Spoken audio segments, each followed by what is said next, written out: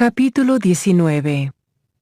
No puedo evitarlo. Soy adicto a rezongar, encontrar faltas y quejarme. Mentalidad desértica número 4. Porque esto haya gracia. Es aprobado, aceptable y digno de agradecimiento. Si por causa de la conciencia ante Dios, alguno sobrelleva penalidades sufriendo injustamente. Pues, de todo, ¿qué mérito hay si cuando pecáis y sois tratados con severidad, lo soportáis con paciencia? Pero si cuando hacéis lo bueno sufrís por ello, y lo soportáis con paciencia, esto haya gracia con Dios. Primera de Pedro 2, versículos del 19 al 20.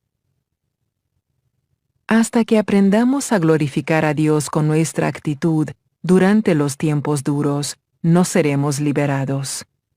No es padecer lo que glorifica a Dios, sino una actitud devota en el sufrimiento, lo que lo complace y le da gloria a Él.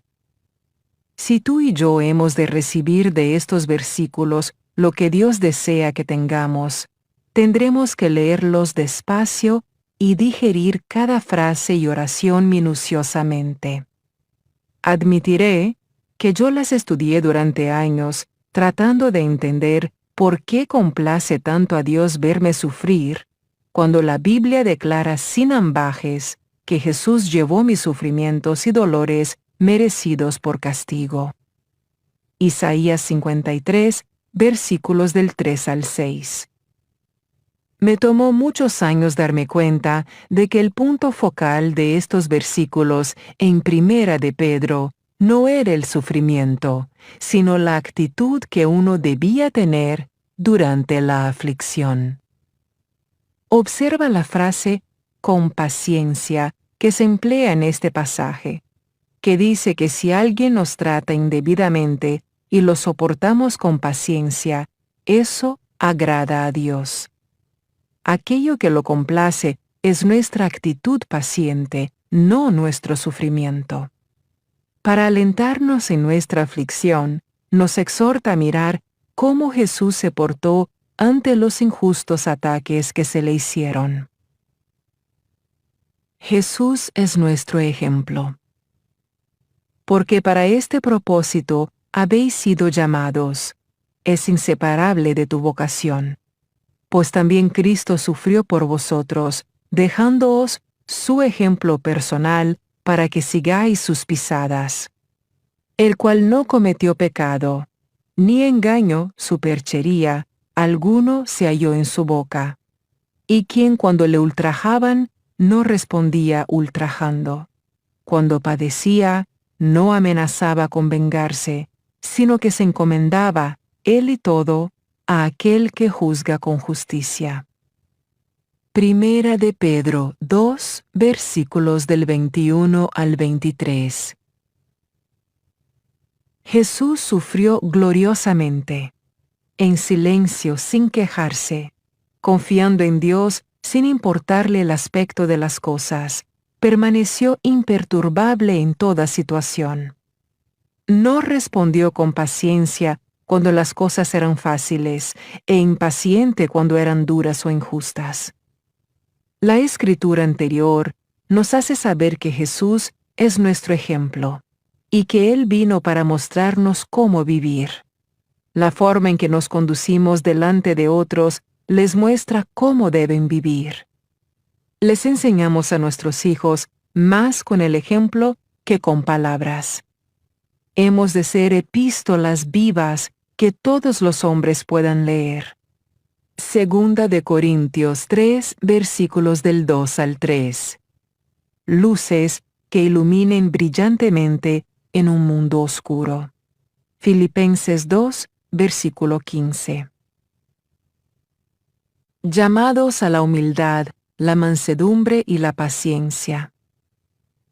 Yo, pues, prisionero del Señor, os ruego que viváis, llevéis la vida, de una manera digna de la vocación divina con que habéis sido llamados, con una conducta que es un crédito para el llamamiento al servicio de Dios, viviendo como os corresponde, con toda humildad y mansedumbre, altruismo, gentileza, suavidad, con paciencia, soportándoos unos a otros en amor.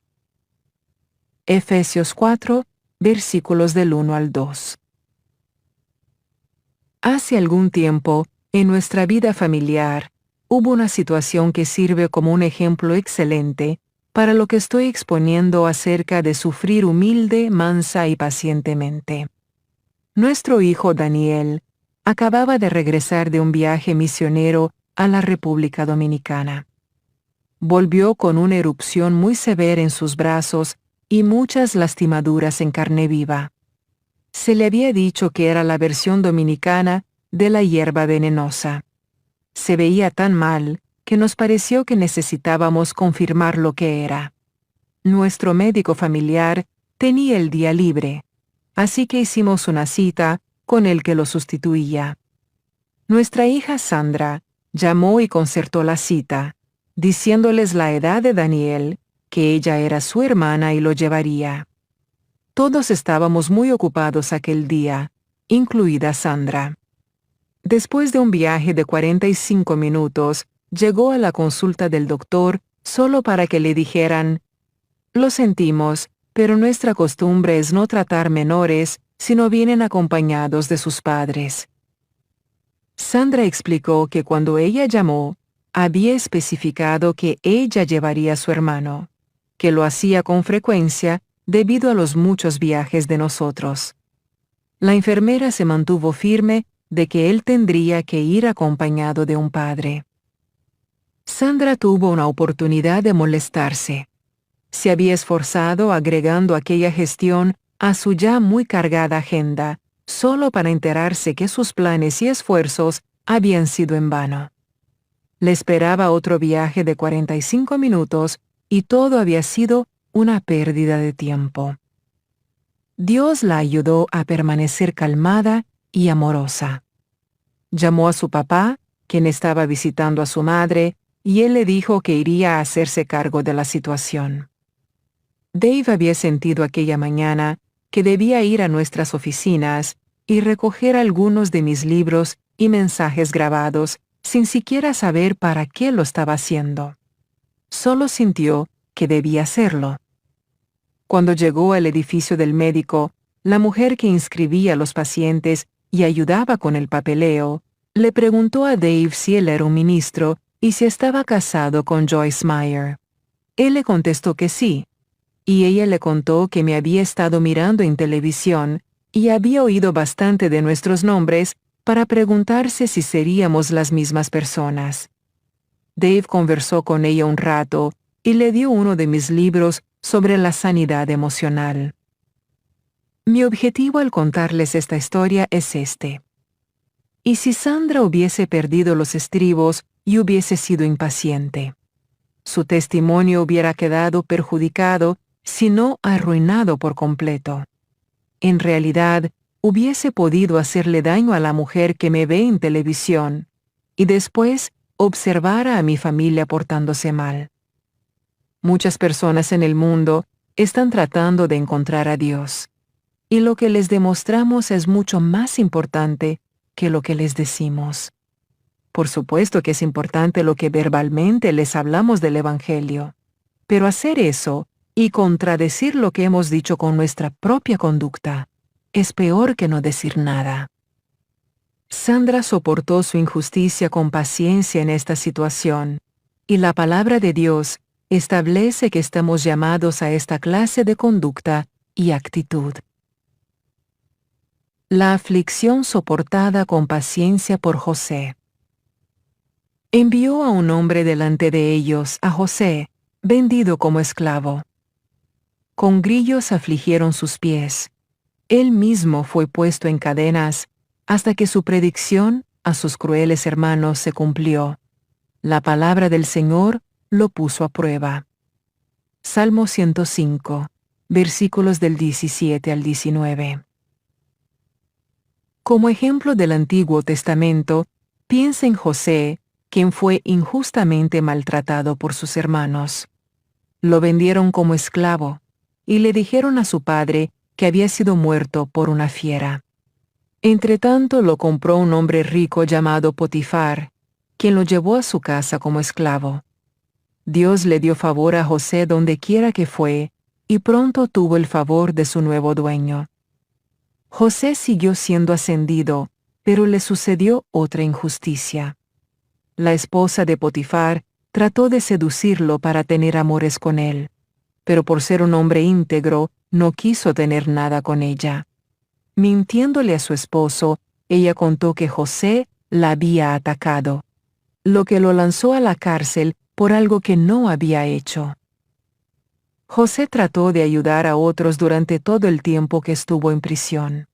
Nunca se quejó, y por haber tenido la actitud de vida en la aflicción, Dios finalmente lo liberó y lo ascendió.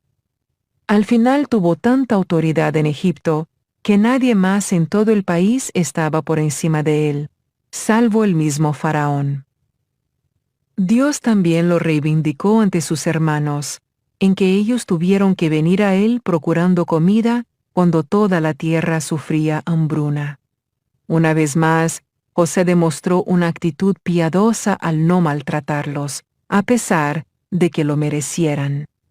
Les dijo que lo que ellos habían hecho a fin de perjudicarlo, Dios lo había cambiado para su bien, que ellos estaban en las manos de Dios, no en las de él, que él no tenía derecho a hacer nada, sino a bendecirlos. Ver Génesis, capítulos del 39 al 50. Los peligros de quejarse. Ni provoquemos al Señor, poner a prueba su paciencia, volvernos una prueba para Él, criticarlo y explotar su bondad, como algunos de ellos le provocaron, y fueron destruidos por las serpientes. Primera de Corintios 10, versículo 9. Ni murmuréis, como algunos de ellos murmuraron, y fueron destruidos por el destructor. Primera de Corintios 10, versículo 10. Estas cosas le sucedieron como ejemplo, como advertencia para nosotros, y fueron escritas como enseñanza para nosotros, para quienes ha llegado el fin de los siglos, la consumación y última era. Primera de Corintios 10, versículo 11. En estos pasajes podemos apreciar enseguida la diferencia entre José y los israelitas. Él no se quejó en absoluto, y todos ellos se quejaron por todas las pequeñas cosas que no les gustaban. La Biblia es muy específica acerca de los peligros de rezongar, encontrar faltas y quejarse. El mensaje está muy claro. Las quejas de los israelitas les abrieron las puertas al enemigo que entró y los destruyó. Ellos debían haber agradecido la bondad de Dios, pero no lo hicieron, y pagaron el precio. Se nos dice que la relación completa de sus sufrimientos y muerte se escribió para mostrarnos lo que sucederá si nos comportamos de la misma manera.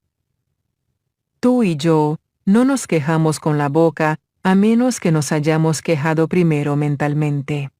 Quejarse es definitivamente una mentalidad desértica, que nos impedirá cruzar los obstáculos hacia la tierra prometida. Jesús es nuestro ejemplo, y deberíamos hacer lo que Él hizo. Los israelitas se quejaron y permanecieron en el desierto. Jesús alabó y fue levantado de entre los muertos. En este contraste podemos ver el poder de la alabanza y la gratitud, y también el poder de la queja. Sí, quejarse, rezongar, murmurar y encontrar faltas tienen poder, pero es un poder negativo. Cada vez que entregamos nuestras mentes y bocas a cualquiera de ellos, le estamos dando a Satanás un poder sobre nosotros que Dios no lo ha autorizado a tener. No rezongar, encontrar faltas ni quejarse. Haced todas las cosas sin rezongar, ni murmuraciones, ni quejaros contra Dios, ni discusiones, ni dudas entre vosotros, para que seáis irreprensibles y sencillos, inocentes y sin contaminaciones, hijos de Dios sin tacha en medio de una generación espiritualmente pervertida, torcida y perversa, en medio de la cual resplandecéis como luminares, estrellas o faros brillando claramente en el mundo tenebroso. Filipenses 2, versículos del 14 al 15. Algunas veces parece que el mundo entero se está quejando. Hay demasiadas quejas y murmuración y muy poca gratitud y reconocimiento. Las personas se quejan de su trabajo y de su jefe, cuando debieran estar agradecidas porque tienen un trabajo regular y apreciar el hecho de no estar viviendo en un hogar para desamparados ni tener que hacer fila para recibir un plato de sopa. Muchas de esas personas pobres se emocionarían al tener ese trabajo que otros desprecian, a pesar de las imperfecciones que éste pueda tener. Y aún estarían más que resignados a tener un jefe no perfecto, con tal de obtener un salario regular, vivir en casa propia y cocinar su propia comida.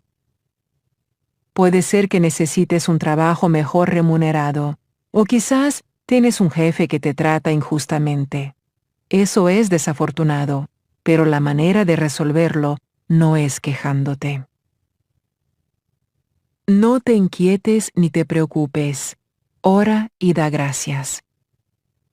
Por nada estéis afanosos, antes bien en todo, mediante oración y súplica con acción de gracias, sean dadas a conocer vuestras peticiones delante de Dios. Filipenses 4, versículo 6. En este versículo, el apóstol Pablo nos enseña cómo resolver nuestros problemas. Él nos instruye cómo orar con acción de gracias en toda circunstancia. El Señor me enseñó este mismo principio en esta forma. Joyce, ¿por qué debo darte lo que me pides si no eres agradecida con lo que ya tienes? ¿Por qué debo darte otra cosa si te seguirás quejando? Si no podemos ofrecer nuestras oraciones presentes teniendo como fundamento una vida rebosante de gratitud, no obtendremos una respuesta favorable. La palabra no dice que oremos en son de queja, sino que oremos con acción de gracias. La murmuración, el mal humor, la crítica y las quejas usualmente se presentan cuando las cosas no ocurren de la manera que esperamos con respecto a algo o alguien, o cuando tenemos que esperar por algo más tiempo de lo que creemos necesario. La palabra de Dios nos enseña a ser pacientes en estas circunstancias. He descubierto que la paciencia no es la habilidad de esperar, sino la capacidad de mantener una buena actitud mientras esperamos. Es muy importante que este asunto de la queja y todo lo relacionado con los diferentes tipos de pensamientos y conversaciones negativos sea considerado seriamente. Yo creo sinceramente que Dios me ha dado entendimiento sobre cuán peligroso es ceder nuestro pensamiento y boca a esta inclinación. Dios le dijo a los israelitas en Deuteronomio 1, versículo 6, «Bastante habéis permanecido en este monte». Quizás has estado dando vueltas al mismo monte muchas veces y ahora estás listo para avanzar. Si es así, será bueno que recuerdes que no irás hacia adelante de manera positiva si tus pensamientos y conversación están saturados de reclamos. No he querido decir que es tarea fácil no quejarse, sino que tú debes tener la mente de Cristo. ¿Por qué no hacer todo lo posible por lograrlo?